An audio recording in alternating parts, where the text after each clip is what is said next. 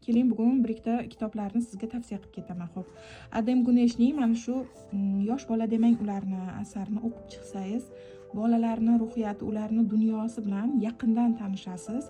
Ular aslida nimani o'ylaydi-yu, biz aslida qanday tushunamiz? Mana shu narsalarni anglashga yordam beradi. Jazosiz tarbiya, farzandlarni bo'ldi-bo'lmadi jazolash o'rinsiz ekanligini, ularni tushunish, ular aslida nima xohlayotganini anglashga yordam beruvchi va jazo bermasdan ham go'zal tarbiya berish mumkinligini o'rgatadigan kitob. Keyingisi Hadicha Kubrotangar ko'pchilik tanisa kerak. YouTube'da, Instagram'da ko'p intervyulari bor. Bolalarimiz bilan tortishmaylik.